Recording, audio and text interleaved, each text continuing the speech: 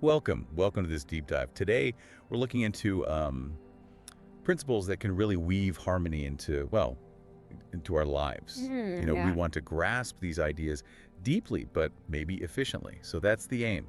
We're drawing on some Buddhist insights. Yes. Ideas that resonate, hopefully, and offer something practical, not just theory.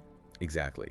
Think of it as a path towards understanding some really transformative concepts. When you talk about harmony, what comes to my mind is a river. A river. Yeah. Think about how it flows. It just adapts, doesn't it, to the rocks, the bends in the land. It finds its way. That's a lovely image. It's like life, in a way, this Yeah. constant movement. And there's a kind of balance there between its power and its willingness to yield. That really connects. I think everyone's felt that feeling of pushing, like you're swimming against the current really hard. Right. Exhausting. Yeah. Yeah. And you just feel stuck. It makes me think about the Buddhist idea of change. Impermanence, Exactly. Annika, maybe the secret isn't fighting the current. but learning to navigate it, maybe flow with it a bit more. Precisely. Look at the story of Siddhartha Gautama, the Buddha. He grew up sheltered, didn't he? Away from suffering. Right, protected from it all. But then he saw sickness, old age, death, and his first reaction? Resistance? He couldn't accept it. Naturally, I suppose. But his enlightenment, his awakening, it came through finally accepting the impermanent nature of, everything. It wasn't just intellectual, it was deeper. A shift in his whole being. Wow. That really makes you stop and think about your own life, doesn't it? Like, how often do we get caught wishing things were different?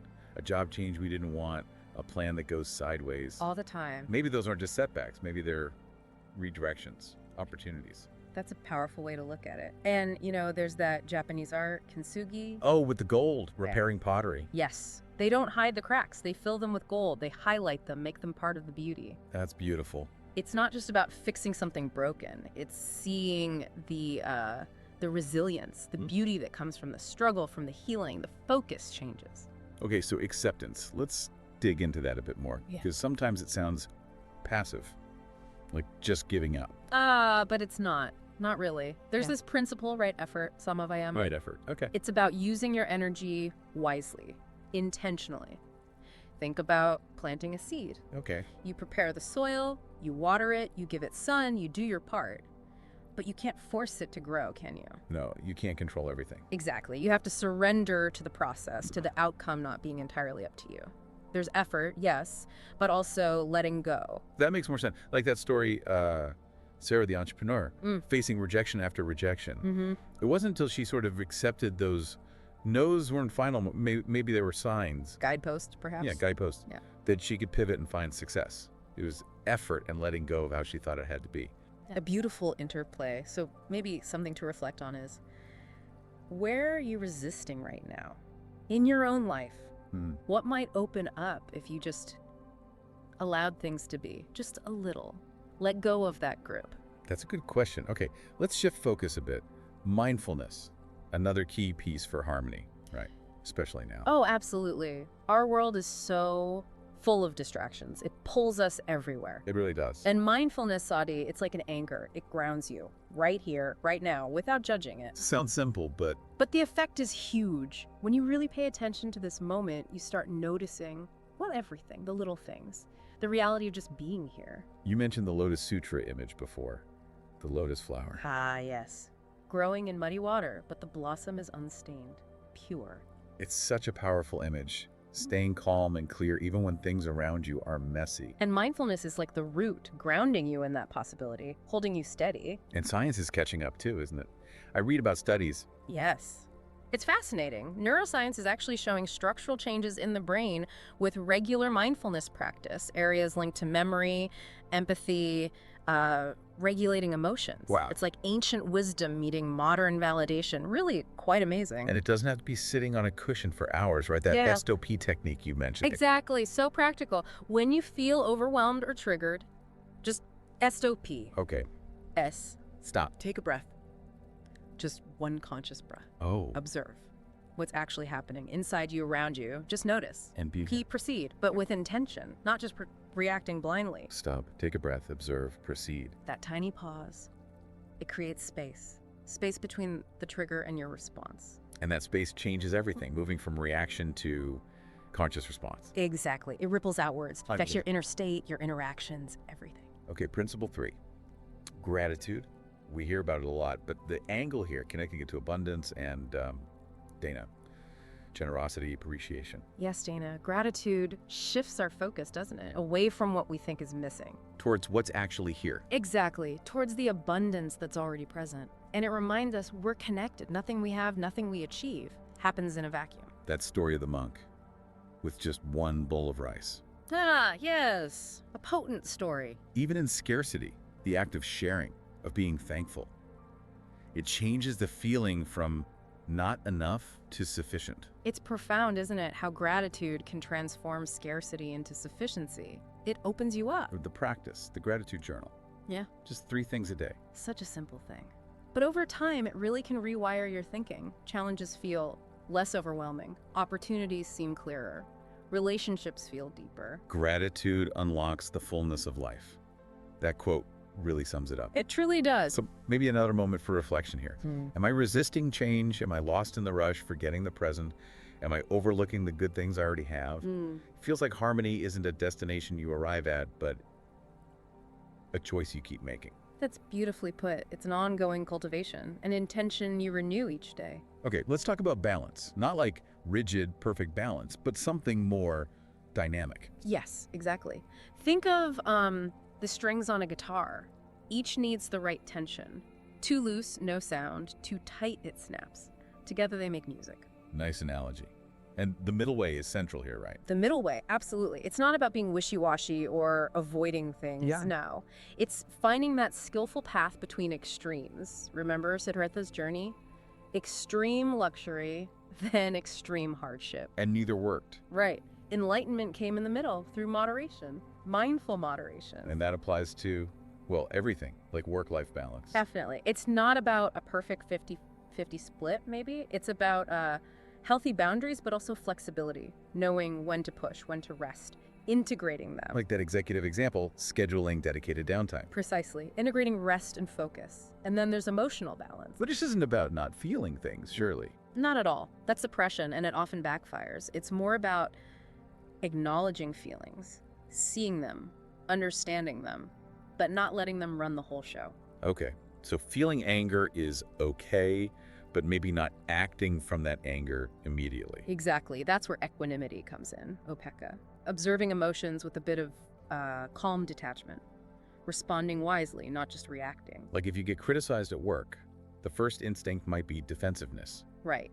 But with equanimity, you can pause. Look at the feedback. Is there truth in it? How can I respond constructively? You step back from the immediate emotional charge. And physical and mental health are tied into this balance too. Completely interconnected. They're not separate silos, practices that weave them together. Mindful walking, yoga, tai chi. They nurture that holistic balance. It seems like when one area is off kilter, it affects the others, doesn't it? It often does. It's all one system, really. Okay, now, forgiveness. This one can be tricky. People sometimes see it as, I don't know, weakness or letting someone off the hook. That's a common misunderstanding. But in this context, forgiveness is seen as an act of inner strength. Strength. Yes. It's about freeing yourself, releasing the burden of resentment, of anger, that image.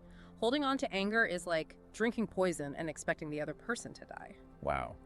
That's powerful. It hurts you the most. Exactly. It harms the holder. So how do you cultivate it? Because it feels hard. It can be very hard. The first step is usually acknowledging the hurt, allowing yourself to feel it without getting stuck there. Okay, feel the pain, don't deny it. Right. Then a shift in perspective, trying to understand, maybe not excuse, but understand the other person's view, their limitations, cultivating some compassion, even if difficult. Seeing their humanity, maybe. Perhaps. And finally, releasing the burden, letting go of that need for payback or holding on to the grievance. Like that idea of writing a letter you don't send, or some symbolic act. Those can be very helpful tools, yes. A conscious act of release. And think of Nelson Mandela. Oh, incredible story. Forgiving his jailers after 27 years. It's an extraordinary example, isn't it? It shows the immense power of forgiveness to transform, even in the face of terrible injustice. Really puts things in perspective. Okay, the next principle, intentionality, living with purpose. Yes. Making conscious choices, not just drifting or reacting, moving away from autopilot. It requires knowing yourself, though, right? What you value, what you want. Absolutely. Clarity is key. Clarity about your values, your goals, your motivations. So setting clear intentions is step one. Defining priorities, breaking big goals into smaller steps. That's a very practical way to approach it. And visualization can help too, really picturing the outcome, feeling it. It aligns your energy. And then there's mindful communication and action. Right speech, right action. Yes, from the Eightfold Path. Before you speak, asking, is it true? Is it necessary? Is it kind or beneficial? Those are good filters. They really shift how you interact. Yeah. And right action is similar acting in ways that promote well-being for yourself and others. I also like the idea of embracing imperfection. Wabi-sabi. Ah, yes. Finding beauty in the flaws, the impermanence. Seeing mistakes not as failures, but as learning opportunity. It takes the pressure off trying to be perfect all the time. Yeah. Allows for more authenticity. Exactly. And notice how these three, balance, forgiveness, intentionality, they work together. How so? Well, it's hard to find balance if you're holding on to resentment, right? And choosing to forgive is an intentional act. I see. And living intentionally helps you create balance. It creates kind of positive feedback loop. They strengthen each other. Hearing about overcoming overwhelm by using these Right. makes it feel doable, not just abstract ideas. They are practical tools, and starting small is important. Pick one thing. It's a journey, not a race. Progress, not perfection. Okay, so we've looked inward at these personal principles. Now we're broadening the view to unity, interconnectedness. Exactly. Moving from the individual self to our relationship with, well, everything, the whole web of life. And the starting point is realizing that feeling of being separate. It's an illusion. That's a core insight, this sense of being isolated, cut off. It's seen as the source of a lot of fear and conflict. But the Buddhist idea of dependent origination, that challenges it. Deeply. Pratyekasamutpada.